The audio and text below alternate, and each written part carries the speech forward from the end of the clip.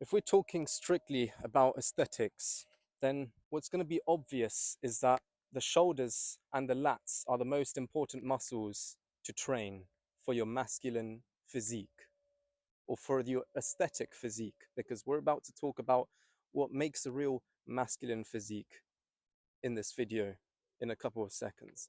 But so first come your shoulders, then come your lats, then come your arms, then your chest, then your abs and obliques.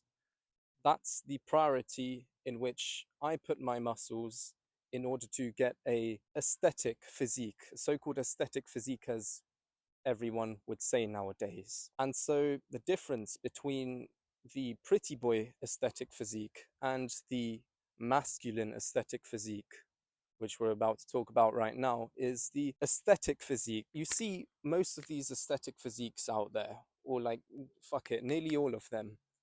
You can tell that these super aesthetic dudes, they used to be skinny.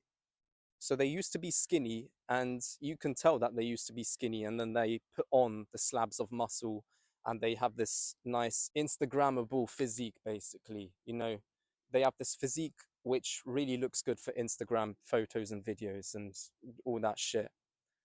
But what separates the Instagram like pretty boy aesthetic muscular physique from the masculine aesthetic physique is that the pretty boys, they do not have the neck muscles developed. And so, in my opinion, no muscle adds the cherry on top to give you that masculine edge on your physique than your neck and your traps. Your shoulders, your neck, and your traps are the muscles that really like make you look the most masculine, because your shoulders obviously contribute to that V taper. They're probably the most important aspect of the V taper. I used to have small shoulders but pretty good lats, but my frame was still pretty narrow. And so your shoulders are actually what widen your frame, but your lats are just basically what push out the arms. They push your arms out to the side, like, you know, like this. But your shoulders are what widen your upper torso.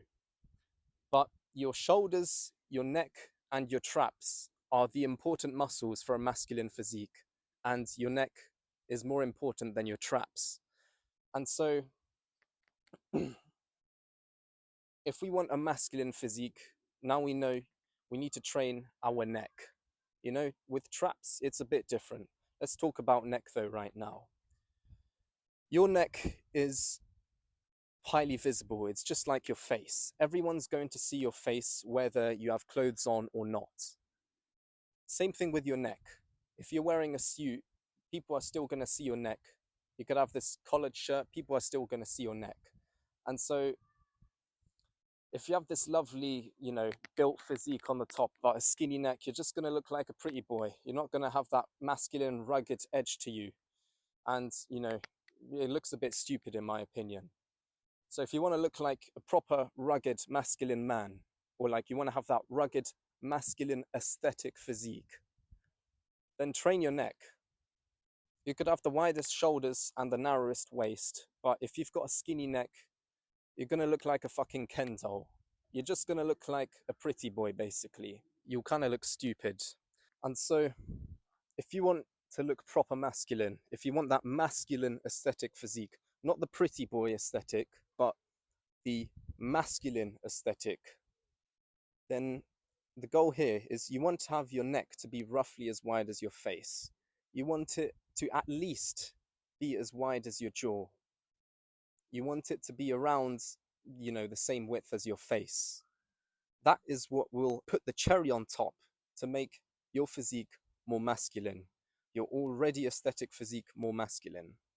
And so having a thick neck is even more important if you've got high trap insertions. So if you have high trap insertions, your trapezius muscles, which are like these ones right here, they're going to slant at an angle. The angle is going to be more pronounced. And it's especially important to have a thick neck when you have high trap insertions, because if you have these slanted traps but no neck muscles at all, you're going to look sloppy. Before I started training, when I, or like, you know, in the early days of my physique, when I was developing my physique in the early days, I used to have these slanted traps, but my neck was like, it was a skinny pencil neck, and you know, it looks fucking horrible. When you have these slanted traps, but you don't have a thick neck to complement it, it's going to ruin your physique. And that might be the reason why you think something's off about your physique. Maybe your arms are fucking massive, who knows? But you feel something's missing. Maybe your arms are massive and your shoulders are developed, but something's missing about your physique. It's probably going to be your neck. And if you have like these high trap insertions and this small neck, it's going to make it look even worse. So you really want a thick neck if you've got these high trap insertions. I've only trained traps, like isolated them with weights, probably 3 times in my whole 4 years of lifting, or like my whole 4 years of fitness, because the last couple of months hasn't really been lifting. The only lifting I've done over the past couple of months was mainly for my lateral delts, and everything else was just high rep prison style calisthenics.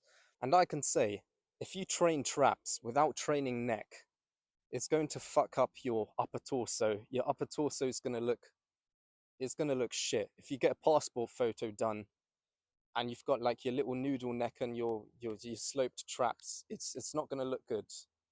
And it's going to basically, these small little details are going to be the reason why your physique is fucking mid.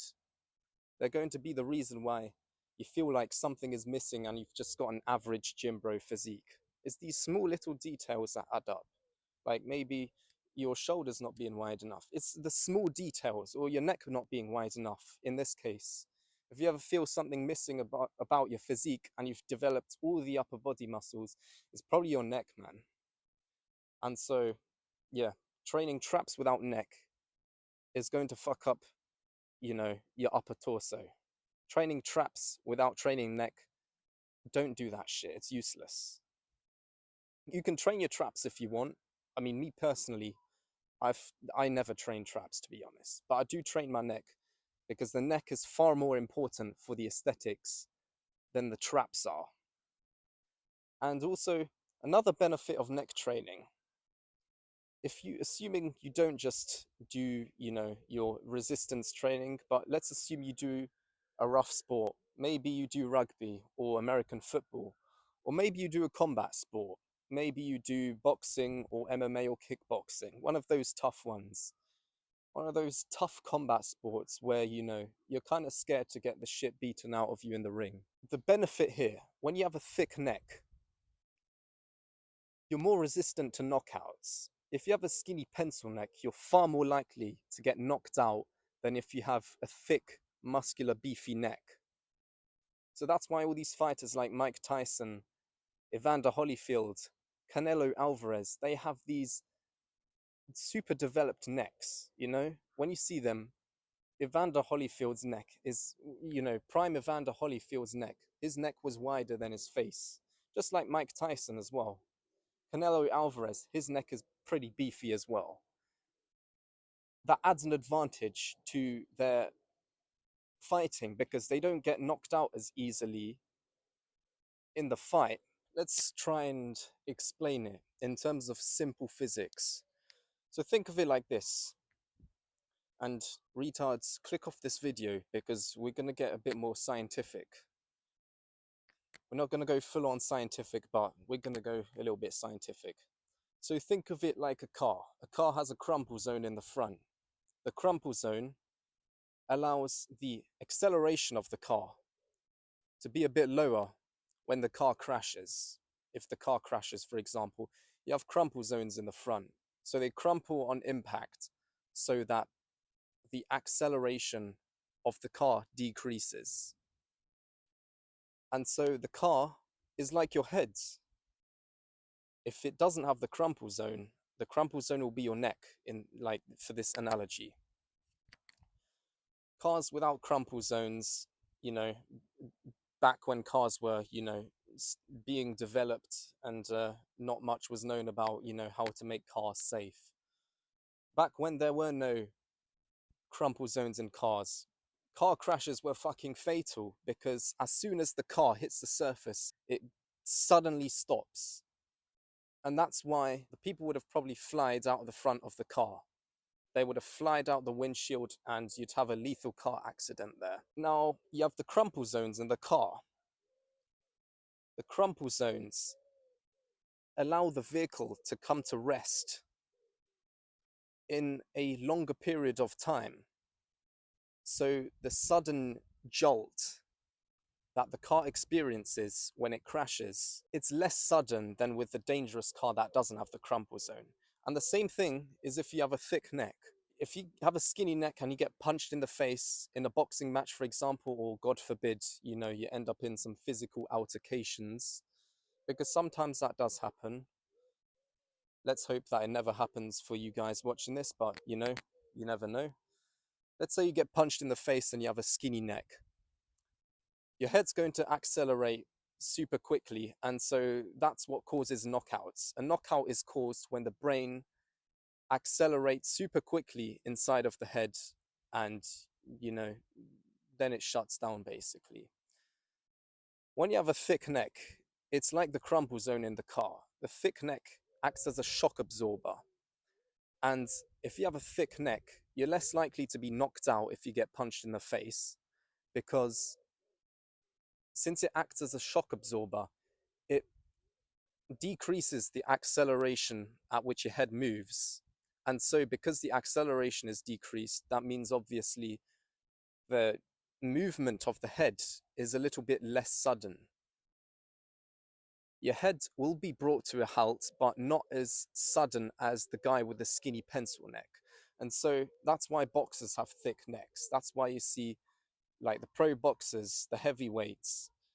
It's more important for the heavyweight dudes to have the thick necks, because those guys punch with way more power than, with the lighter weight fighters. But, it's important to have the thick neck in that case,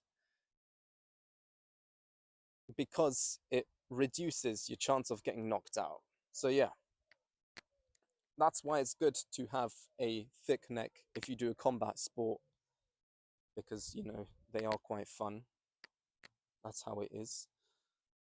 Or, God forbid, you get into some physical altercations and hands are getting thrown, let's say.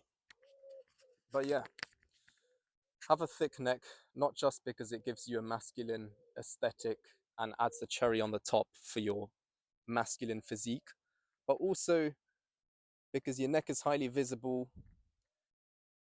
And let's say you have these massive, towering traps and you don't have a thick neck, it's going to make your physique look horrible.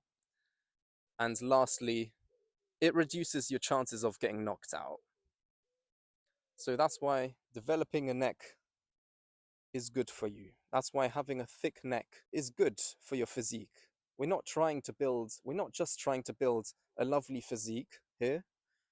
We are also trying to make the physique fight ready. And so there you go. And guys, I don't have that thick of a neck, so don't get fucking triggered. Don't go on your fucking keyboards and be like, oh my god, you don't have the thickest neck. Shut the fuck up, bruv. I only started doing this shit recently. So obviously, my neck's not going to be that developed. But I can tell you, if you have a thicker neck, your physique will be a lot better. And it's good because you're not going to get as easily knocked out.